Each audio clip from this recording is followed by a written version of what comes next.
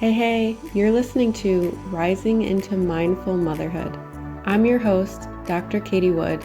I'm a barefoot mama bear, pharmacist, integrative fertility health coach, and lover of all things nature and animals. I'm on a mission to have intentional conversations about the good, the bad, and the ugly when it comes to fertility, pregnancy, postpartum, and beyond. My mindful guests and I will be talking about struggles, wins, natural wellness, and how we grow and transform as we enter motherhood. My background in healthcare has shown me how broken our medical system is.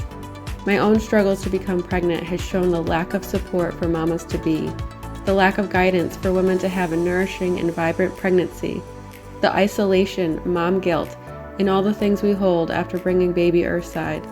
I want this platform to be a place where women can feel connected, safe, and supported to share and hear their stories. A place to use our voice to discuss and advocate about what we need and deserve as mothers. So let's dive in, shall we? Hello and welcome to Rising into Mindful Motherhood. I am really looking forward to our conversation today as I'll be talking with Holly. She's a mother, a licensed acupuncturist, and a holistic fertility awareness educator. We'll be talking about her journey after birth control, the fertility awareness method, and the benefits of Chinese medicine for fertility, which I have my own personal experience with Chinese medicine and acupuncture that helped me get pregnant. So I was super excited to connect with Holly. I love her content on Instagram. So thanks so much for being here. Yeah, my pleasure. Thank you for having me. Awesome. So let's just dive right in. I would love to hear your story and your journey and how you got to where you are today. Yeah, so it's a long and winding road, as most people's stories are. But I started my period a little bit on the later side, and I don't think that was particularly concerning for me at the time, but it kind of just set me up for feeling a little bit uncertain about that whole aspect of my life, of my sexuality, my fertility, and all of that. So when I first started my period, it was already pretty irregular, which is very normal now, I know, for young girls and young women to have irregular cycles to start. But at the time, I went to the gynecologist pretty early on because my mom overheard me having a conversation with my sister that I wanted to have sex with my boyfriend. And so she's like, you got to go to Planned Parenthood and get some birth control. So I think I went earlier than maybe other young girls would.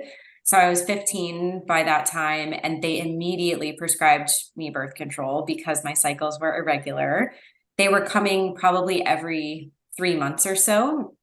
I had a really terrible diet. I basically ate like once a day, just like trash food, processed food, whatever. I had no The only connection I had with food was that it made you fat. And so I pretty much just tried to avoid it until I couldn't anymore, and then would just eat whatever processed things that tasted good.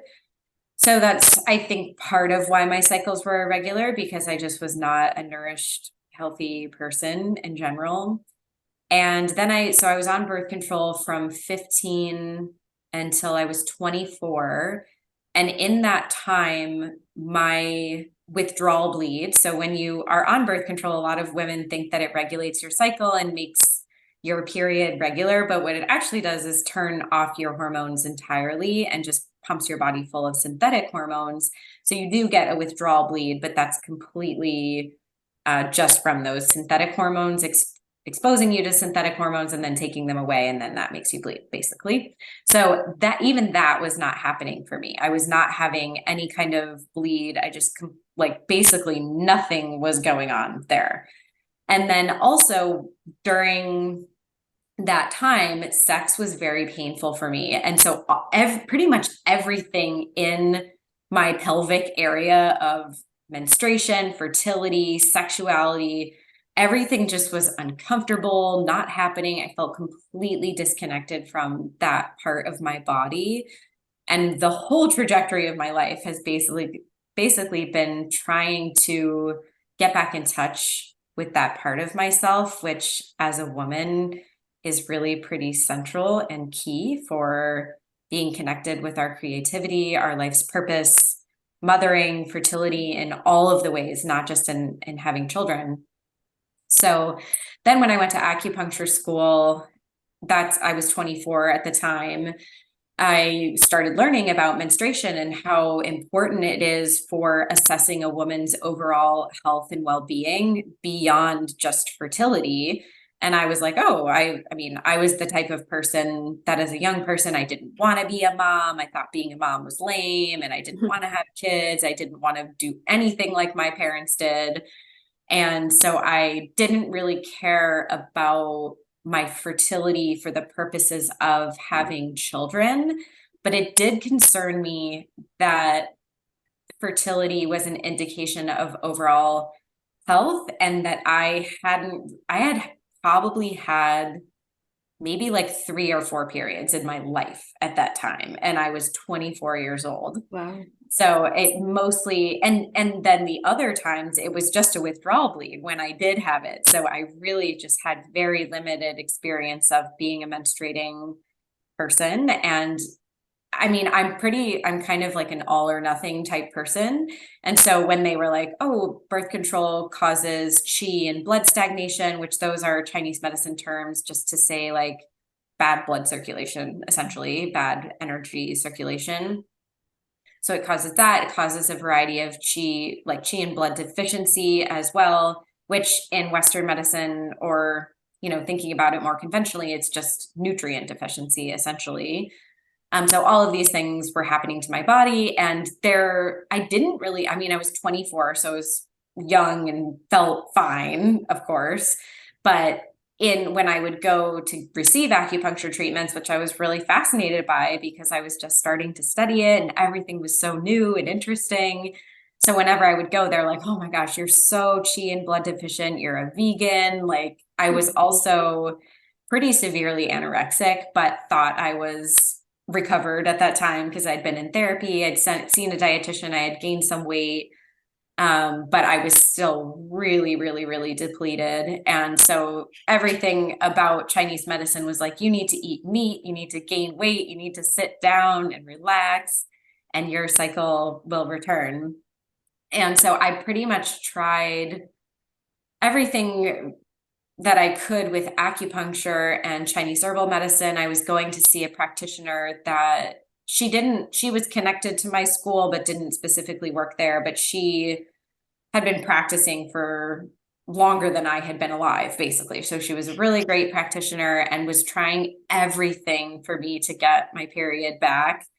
And she was just like, you need to stop running, you need to stop doing hot yoga, and you need to eat more like that. Yeah. But she was still trying everything in her power, and that's part of what we do in Chinese medicine is part of it is the patient is responsible for doing some lifestyle medicine type things, and then we do our best during the treatment session time and with the herbal medicine that we prescribe and all of that. But so I never got a cycle at that time until I did ultimately end up going into treatment for my eating disorder several times, and it was very much related to nutrition for me. So I would love to say like, oh, Chinese medicine cured me, like I just got a few acupuncture treatments and then all of a sudden my cycle was regulated. But that's part of the work that I do now is recognizing the importance of these foundational factors needing to be in place, like having good nutrition, sleeping well, having some sort of stress management techniques, and exercising in a moderate way, not over exercising or not being completely sedentary. If those things are in place, there's limitations on what any holistic or any treatment modality can do if those things aren't in place first. So I hope that wasn't too long of an introductory story, but just to say that my personal experience has very much informed my professional experience. And ultimately, it's been an ongoing journey where I needed to go into treatment for my eating disorder, and that would get my period back. But there was always like something else to uncover, which I'm still uncovering to this day, where, I did get my period back, but now I've learned so much more about what's optimal for looking at cycle health. And that has been much more informed by the fertility awareness method, which I started studying probably about between 5 and 7 years ago, because I kind of dabbled in it for a while before I was really practicing it wholeheartedly. And so I'm very passionate about that now, and can't even imagine practicing acupuncture or the abdominal massage that I do, and offering treatments to women without the background of the fertility awareness method education stuff too. So yeah. No, that story was perfect. And I feel very strongly connected to it because I feel like we have somewhat of a similar story. I started birth control at 15 too. I think I stopped it at 27, 28. So I was on it even longer. But working with the acupuncturist, a lot of what you were saying is what he was telling me, like blood stagnation, just all of those things. And that's really what we worked on. And I do just want to add to your story, because I know that it was in the bio you shared with me. You have a daughter, so you did recover your cycle back and you were able to conceive. So I'm just kind of curious, what was the timeline with that? So I think you said you stopped your birth control at 24. Yes, that is another long story, but I'll try to be concise. So I was in and out of treatment, and it was pretty much always, my cycle issues have always been related to nutrition. And it's not that way for every single person, but what I struggled with was hypothalamic amenorrhea. So that is basically because I was exercising too much, under eating, and stressed out. And I would say under eating was always primary for me.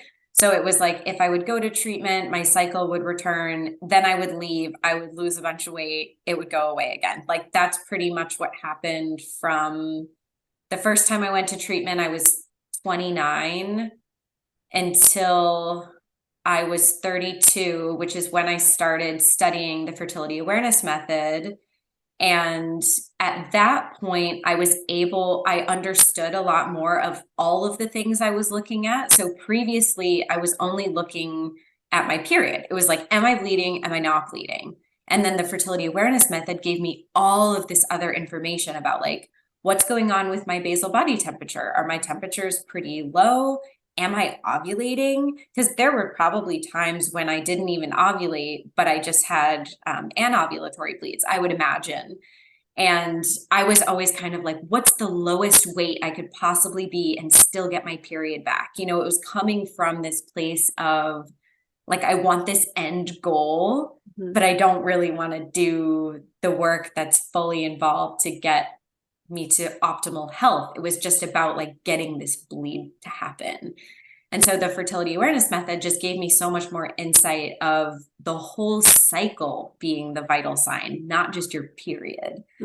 And so at 32, I started studying with Lisa Hendrickson Jack, and she just taught me a lot more about, I guess in treatment, a lot of the nutrition stuff was just, which this can still be the case in hypothalamic amenorrhea spaces, depending on who you're talking to, is just like eat whatever you can and just get as much like calorically dense, not nutrient dense, calorically dense food as you can. Just like, and that's kind of how eating disorder treatment is too. In some ways, it's just like, eat whatever you can to just like get over this psychological obsession with like clean eating or orthorexia, which is basically an obsession with only eating healthy foods.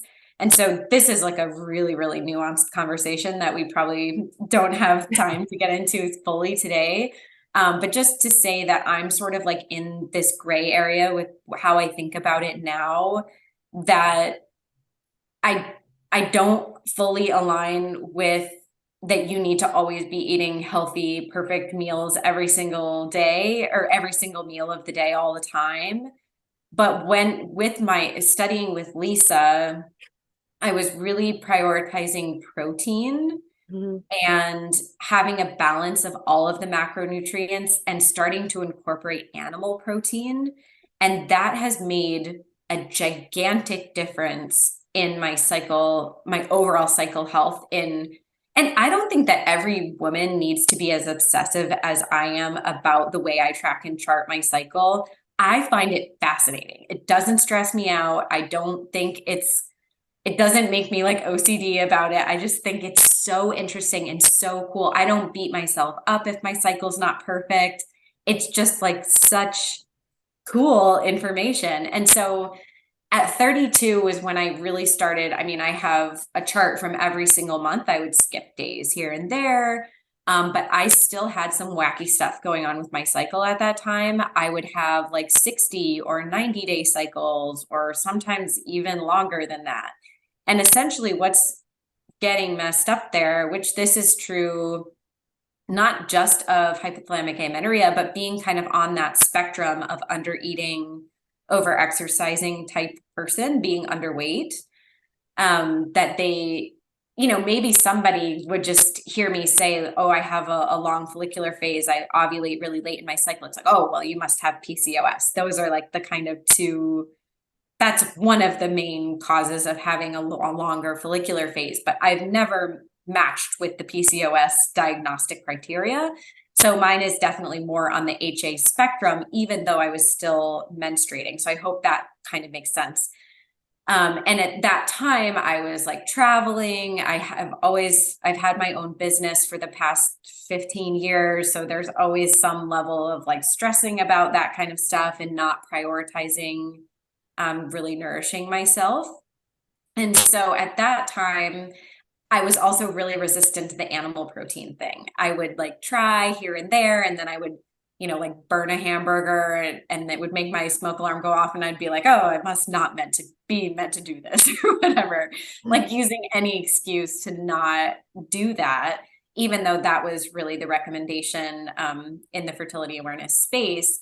So when I got pregnant with my daughter, I was 33. And so I had several periods, but they were all kind of this like longer or having a short luteal phase. Like there was definitely some stuff going on. And the cycle before I got pregnant, I suspect that I maybe had a miscarriage because I think my progesterone levels were not high enough because I had a really short luteal phase. And just let me know if you want me to like explain what the luteal phase is and things like that if it's not clear. But basically the length of the luteal phase is really important for implantation purposes. And I was not trying to get pregnant, just for to throw that out there. I was thinking that because my cycles were so long and irregular and all over the place, that it probably wasn't possible for me to get pregnant. So I would caution anybody that thinks that it's possible to get pregnant with all sorts of wacky things going on in your cycle.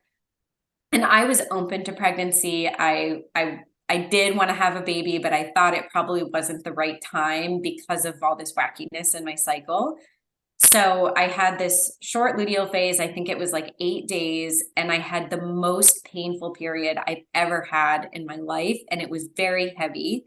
So I, at that point, kind of suspected that maybe I was having a miscarriage. And then for the next cycle, I didn't ovulate until day 40 something. And that's when I conceived my daughter. And the only reason, and I love sharing about this, I mean, it's sad. It's not ideal that I was having such wacky stuff happening, but it has been a really, really great classroom for me personally, that now if I'm working with somebody that's using fertility awareness for birth control, that if you think you can't get pregnant just because something wacky is happening, women get pregnant and they have all sorts of weird stuff happening. Like looking at my charts from that time, if I was working with somebody professionally, I would not have thought they would be able to get pregnant because of how messed up everything was. Wow. But bodies are miraculous. And I do think that there is an energetic, spiritual aspect to fertility that I think my spiritual self was strong enough, like that my desire for pregnancy was so strong that that also informed that happening. Not to say that if people are not getting pregnant, that it's not that they're spiritually not strong enough or anything like that, but that was just my experience. And so I ovulated really late, and then I was still tracking my temperature and saw that I had a 16-day luteal phase, which I had never gotten to past 14 days, which 12 to 14 is kind of ideal and is the average for most healthy women. And so I was always a 14-day luteal phase gal if I was having a healthy cycle. And when I got to 16 is when I took a pregnancy test. And I really didn't even need to take a pregnancy test because I knew at that point that that's what's cool about fertility awareness is that if you get to know your body and you know how long your luteal phase is, you know way before any kind of test would know that you're pregnant. And what's also really cool about that is that if, for example, if you go to an OB, what they're going to ask you, and you're pregnant, they'll ask you when your last menstrual period was. And so for me, it was way before when I got pregnant because I ovulated so late. But many women don't know when they ovulate unless they're practicing fertility awareness or using ovulation predictor kits and things like that. So because I knew my actual conception date, I was able to accurately date my pregnancy. Whereas if they were just going by my last menstrual period, they would have been starting to worry about me going overdue. And that's another whole other can of worms that we could, the due date and the expiration date and all of that. So I ended up going to almost 42 weeks. But if they had tacked on that additional 2 weeks from my last menstrual period being so different from my conception date, I would have been like insanely overdue. And a person that didn't know that would have been induced potentially unnecessarily because of that discrepancy.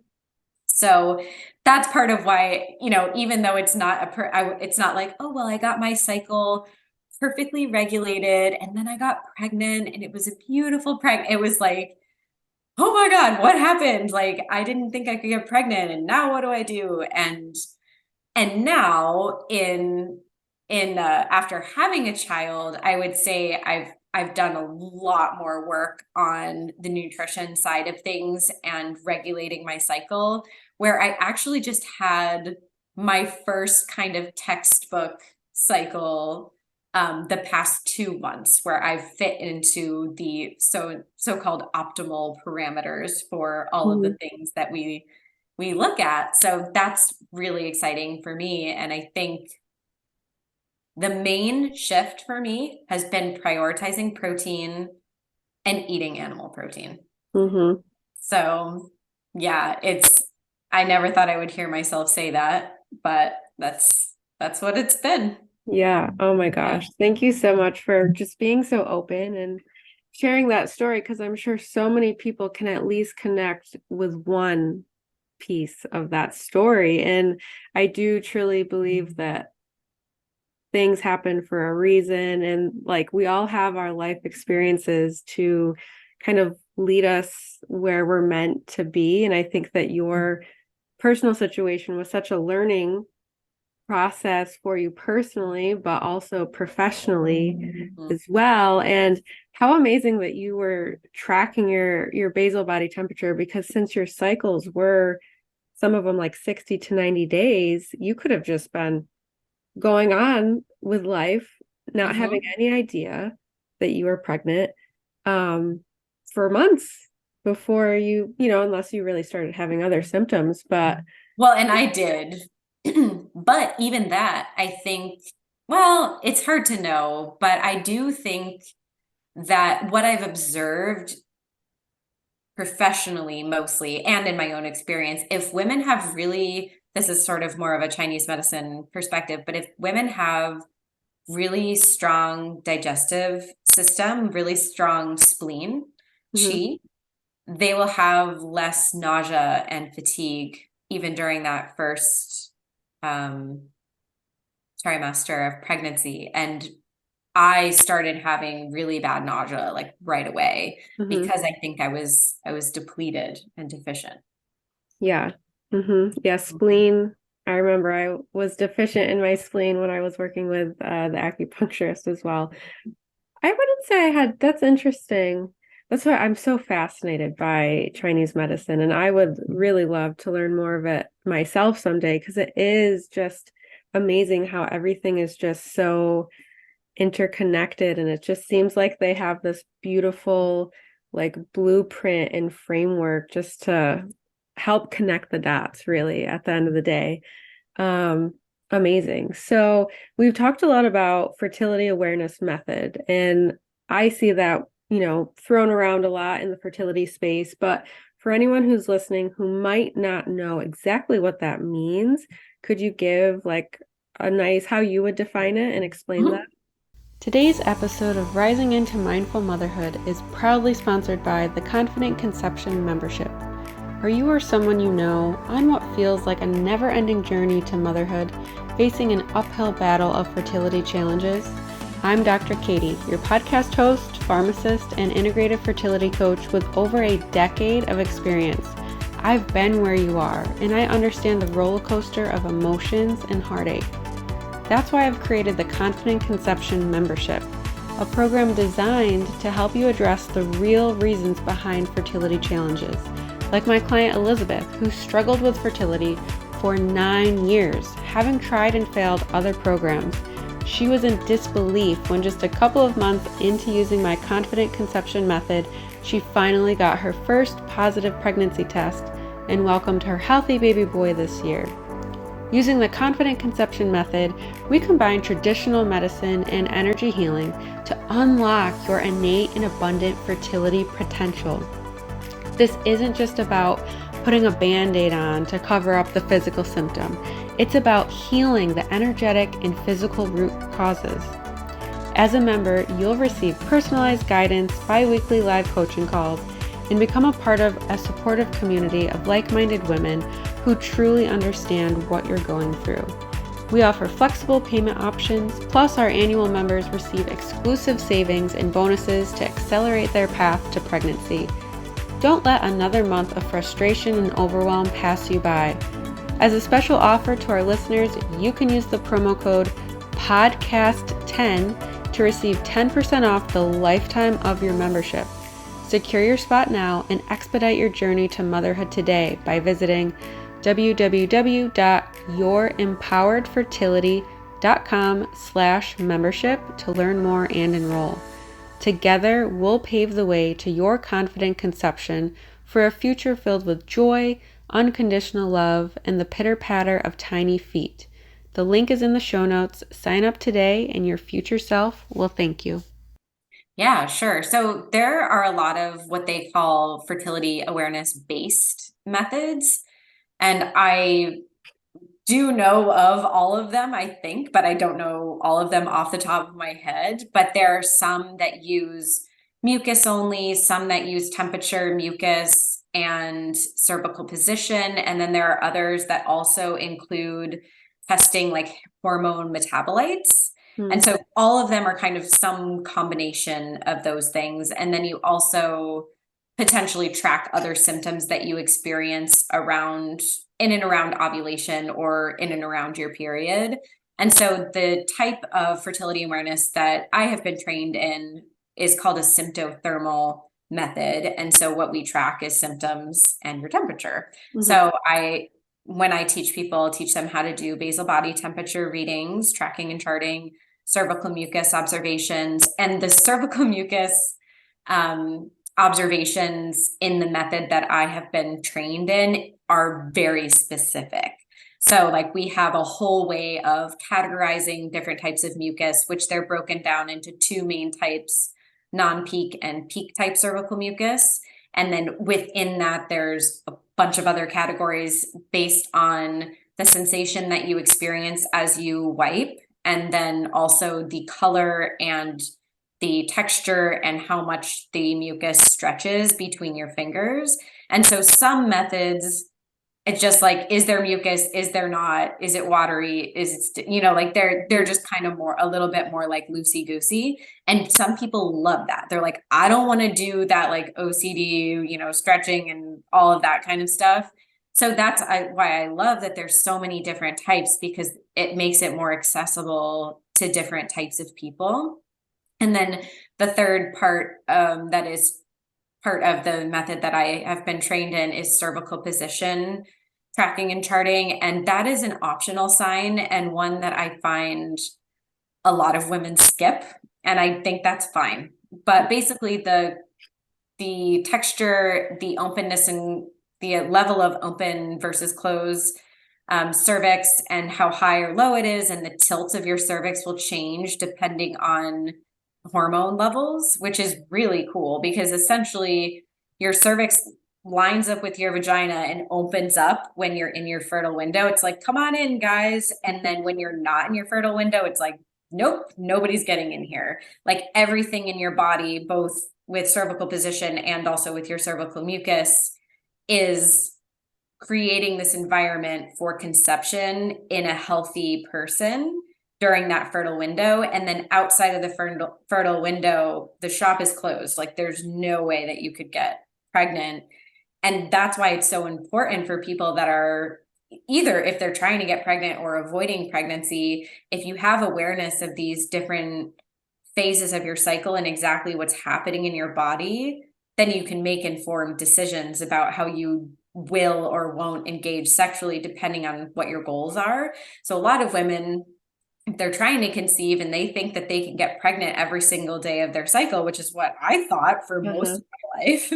Yeah. And I think most women still think that, then you are maybe having sex after you already ovulated, and your body, there's no way that you could get pregnant. Like you could cry until the cows come home, but it's never going to happen if you're having sex at the wrong time. And especially for people, I think about this a lot with people that, like, if their partner is traveling a lot or like not around a ton, and there aren't lots of opportunities to conceive, then if they're just kind of having sex at the wrong time, that's, a lot of unnecessary emotional turmoil that could really just be solved by having sex at a different time. Yeah.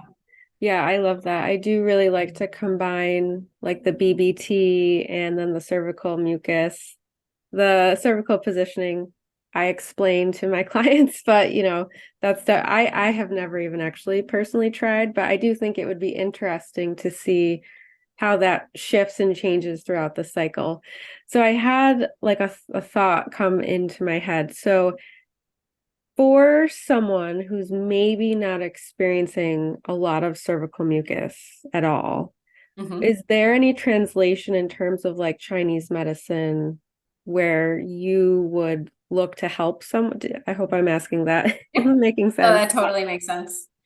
Yeah, I mean, I think it's just so interesting to think about how I would have thought about things like just with my Chinese medicine brain versus like all of the stuff that I've learned in my fertility awareness education, and like, what would I be doing? But essentially, both of them could be correlated with like a yin deficiency. So I'm trying to think of like how to explain this in a way that would make sense. Really, it's nutrient deficiency. Like people need to have enough nutrition and fluids. So like drinking water and eating good food, and also be able to absorb that nutrition. So that's another part of like one of the functions of qi, which in English is translated as energy, but that's sort of like, there isn't really a good translation for chi. So people just kind of say like, oh, it's like energy. And even I say that too, but because I don't know how else to explain it. But the more that you learn about chi, you learn that it's such a dynamic thing that is kind of indescribable. But one of its functions is to be able to extract and absorb fluids into your body. So you could maybe be eating really good stuff and drinking really good stuff, but if your body isn't able to absorb it, then it won't be part of your body. You know, it will kind of maybe show up in areas of dampness, which is like kind of an accumulation of fluid, which can show up on your tongue. So if you've ever had acupuncture Mm-hmm. before, usually they look at your tongue to kind of Mm-hmm. see what's happening. Or you might have edema somewhere or a lot of fluid built up in your belly. So essentially we would look at it as a yin or blood deficient type thing if women were not having enough cervical mucus. And the way I would think about it in terms of fertility awareness, like that person would probably be under eating would be my guess. And so they kind of, in Chinese medicine and in fertility awareness, my treatment would be the same, Yeah. really. And Mm-hmm. then for infertility awareness, I would also maybe recommend some supplementation too. Mm-hmm. So yeah. Yeah, so in terms of like when you're talking about absorbing the nutrients, so I'm thinking like weak digestion. Like I know so many of us have like digestive distress, whether it's like SIBO or, candida or just even like leaky Mm-hmm. gut too. So would you say like that could play a role in it as well? Definitely. Yeah, Good. for sure. Mhm. Yes. Yeah. Awesome. Mm-hmm. Cool. Yeah. And so the best way to treat that, so like the spleen in Chinese medicine, I guess to me, it feels similar to blood sugar regulation, like what they're talking about with the spleen functions in Chinese medicine is that it likes regular, easy to digest meals where you're not like rushing around and really stressed and Mm-hmm. standing up or walking around or driving. Um, that you're in a calm space, you're eating a balanced meal regularly throughout the day. That's what human bodies, digestive systems really like, both in Western medicine and in Eastern medicine. So Mm-hmm. this American thing, I don't know if this is American or if this is just my family, but I mean, when I grew up, as I was growing up, it was like, don't eat all day and then just like eat a ton at night, Mm-hmm. For sort of dinner. thing. And that is awful for your digestive system. And then as people are healing their digestive system, eating can be really uncomfortable because they have all of these weaknesses. So when I was in acupuncture school in my mid-20s, I really needed acupuncture and I really needed Chinese herbs to help my body be able to eat again. I couldn't just do it with nutrition at that time. And it's interesting for me to reflect on that because I kind of forgot about it. But one of the other principles of the spleen and the digestive system in Chinese medicine is that it really likes warm food. So all these like smoothies and salads and Yeah. stuff that people in American culture think it's like, oh, I'm being healthy. I'm having a smoothie or I'm having a salad. I can't tell you the number of times I've had to like burst people's bubbles about like, well, actually Mm-hmm. your body would really like it if you had some like warming spices and cooked food and something that's a little bit easier to like keep your digestive fire going rather than putting it out with all this cold raw stuff that's really hard for your body to digest. With that being said, I think at what I've observed in my own body, I will never forget this one day when I was in acupuncture school. I went to get a salad, even though I knew at the time. And I ate this salad and I was like in crippling pain in my belly and I would get bloated every time I would eat. So I had to be really specific about what I could and couldn't eat. And this is a very common experience for people with digestive issues that they're like, I don't even know what to eat anymore because like everything makes me feel like crap. So when you're in this healing process where you're healing your gut, you're healing your hormones, like sometimes you have to be a little bit more in the orthorexic side of things of like you do need to be more specific about the things you're eating. And then as your digestive system heals, then you can get away with a little bit more. You can eat the occasional salad, have an occasional Mm-hmm. smoothie, and not be in crippling pain because your digestive system is strong and it can handle that. Mm-hmm. I love that you brought up the warming foods because that was definitely something I focused on. I have a cold constitution. So, and I was going to bring up one of your posts that I loved when you talk about keeping the womb nice and warm. So that was definitely a part of my practice. He really advised that I did avoid raw foods, things like that. So even we were working on building my blood, and red raspberries was like one of the things he had recommended. So I would heat them up in like a little bit of coconut oil, and that would be like a little treat. But it's so true, like keeping the womb warm, keeping your feet warm. I was working 12-hour shifts as a retail pharmacist at the time, and it was always cold, like always cold in the pharmacy. So that was a huge thing I had to combat as well, like wearing like those camisoles, like an extra layer to kind of help keep my womb space warm. Do you have any other tips that women can do to kind of do, especially like as we enter the summer season? Like I know I live in New York, but if you live somewhere in like Florida, it's like wherever you go, it's just the AC is on and it's just cold. Mm-hmm. Yeah. I mean, it's so funny when I like think back to acupuncture school, like everybody always has a scarf on. Yeah. We're like so obsessed with staying warm. In terms of keeping your womb warm in particular, I find that I'm always putting my hands over my belly, especially yesterday was the first day of my bleed. And I notice if I'm not doing as good of a job of keeping my belly warm that I have more pain.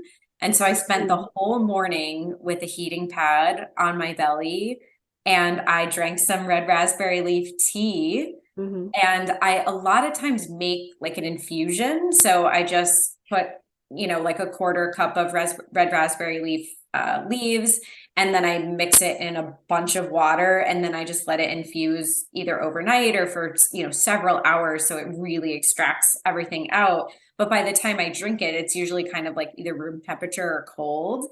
But yesterday I was like, I'm going to make a fresh batch, and it's got to be hot because my belly feels like it needs some warmth and circulation. So tea is amazing. Red raspberry leaf is especially awesome for the uterus and helping to soften the uterus. Ginger too, or like other warming, cinnamon, things that are like warming spices anyways. I love moxa. Before I went to acupuncture school, my first treatment, like, when I was actually considering it, was from this woman, and she came to my house and brought a moxa pole. So moxa is mugwort, and it's dried, and then you roll it up either into, like, the pole is basically kind of looks like a cigar almost. So you light the end on fire. You obviously don't need to like smoke it. You just like blow on it to make sure that it's fully lit around, and then you can just hold that over any area that's painful. So because I work primarily with periods and fertility and stuff, a lot of times I'm holding that over the womb, over the lower belly, but you can really do it over anything, like if you had an ache or a pain anywhere. But that's another thing that can be really helpful to keep the womb warm. Steaming is also really amazing. Yoni steaming is something that you cannot do during your actual bleeding time, but you can do it any other time, other than if you are trying to get pregnant and you have had sex in your fertile window and there's any possibility you could be pregnant, you would want to lay off until you know that you're not pregnant for sure. But in that situation, I recommend for people to always, if you can, I think every woman could benefit from steaming at the end of the period for at least one day. So I always try to prioritize that. I don't know if maybe I should explain a little bit of what Yoni steaming is, but basically I think most people kind of know what it is at this point. When I first started doing it, people were like, steam your what? But basically Yoni just means, it translates to like the entire female reproductive system. So it's not just the vagina, it's everything, the uterus, fallopian tubes, everything. And so what it involves is that you put a pot of clean water and then you mix in herbs, and there's lots of different herb blends. I make my own blends now, but you can really use lots of different things. And the blends that I made are specific for different conditions that show up, but you can, if you don't have really any issues, you could sort of steam with whatever, within reason. And then you would heat that up. So you boil it for 10 minutes and let the herbs steep into the water. And then you cool it down to a temperature where you can sit over the steam. And so there's a variety of ways to set that up. I have a YouTube video to show like all of different ways that you can set it up.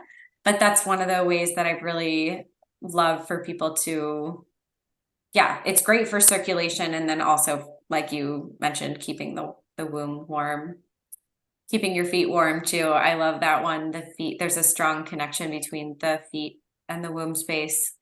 So yeah, like wearing socks or keeping your feet cozy, not wearing sandals in the winter. I could cringe now thinking about, I don't know what, I'm from Connecticut originally, and it's very cold in the winter, and all of us were wearing sandals in the wintertime in, the early 2000s or whatever. I don't know what, I don't know. We were too cool for socks or something, but don't do that. Yeah. Yeah. So I think those are kind of, castor oil packs also are really great. Just rubbing castor oil on your belly and then putting a heat source over that, rice pack, heating pad, hot water bottle, something like that.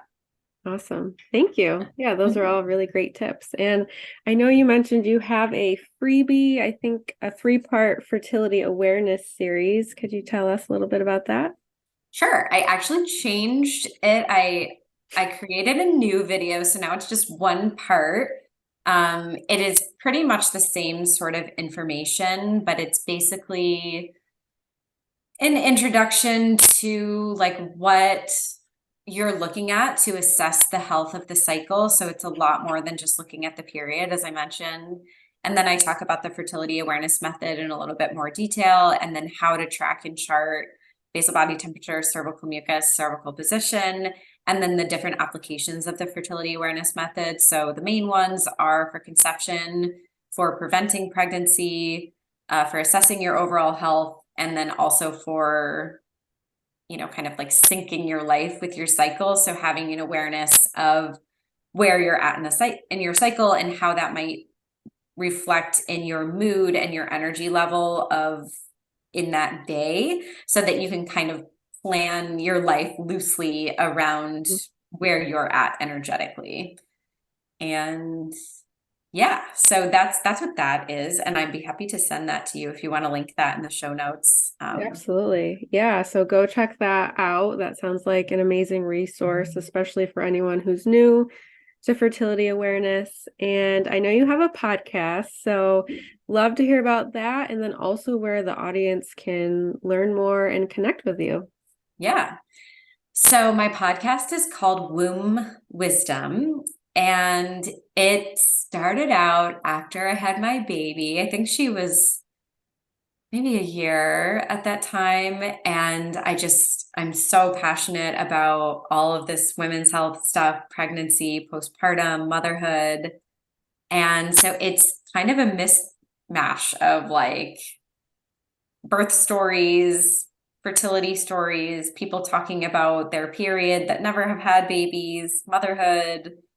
And then more recently, I've been doing a lot more solo episodes where I'm just sharing about information that I think is important for people to know, just having different avenues of sharing my work into the world.